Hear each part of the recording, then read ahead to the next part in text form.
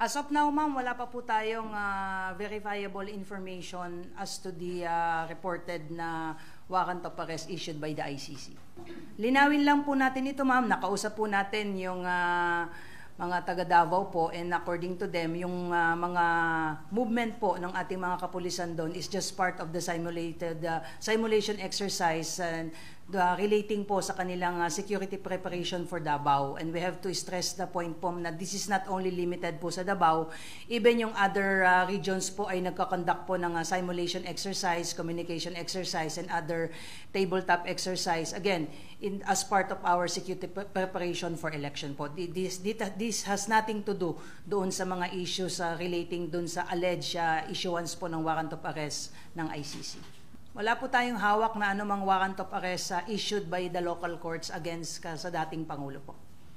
Well, on the part of the PNP ay dadaan tayo sa proseso. Kung meron pong ihingin po ng tulong yung ating Interpol through their National Central Bureau, and then the PNP has a legal obligation to reciprocate yung courtesy na ibinibigay po sa atin ng Interpol. If you may recall po, may mga instances po tayo na may mga warrants of arrest po na na-issuehan po yung ating local courts po at nagtago po sa ibang bansa, and through the Interpol mechanism, humingi po tayo ng tulong. And since it is a member state po doon sa, just like the case, classic example po yung case po ni Alice Guo po.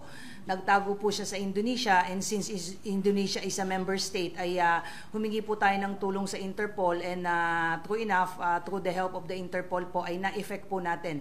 At naiuwi po sir dito si Alice Guo, and we implemented po yung warrant of arrest sa kanya. And since the PNP is a member of the International Criminal Police Organization, then we are duty bound to accord the same courtesy accorded to us by the other foreign states po. Sakaling lumabas yung warrant, magtataas po tayo ng alerto? Wala po tayo sa ngayon na planong magtaas po ng alerto, at wag nating pangunahan sir yung proseso, but on the part of the PNP, we are prepared for any eventualities po in case po na meron pong tulong na hihingin sa atin ng Interpol po. Well, ang proseso po niyan, sir, if ever po ay foreign jurisdiction po ay mag-i-issue po ng arrest order or summons po, and since yung foreign jurisdiction po ay wala naman pong enforcement mechanism sa ibang bansa po, they have to course through their request po sa ating international Interpol po. At ang Interpol po, normally po as a matter of procedure po, ay mag-i-issue po yan ng either blue notice, red notice po. That this is just an international alert po. Hindi po ito arrest warrant. Linawin lang po natin yung ilalabas po ng Interpol po.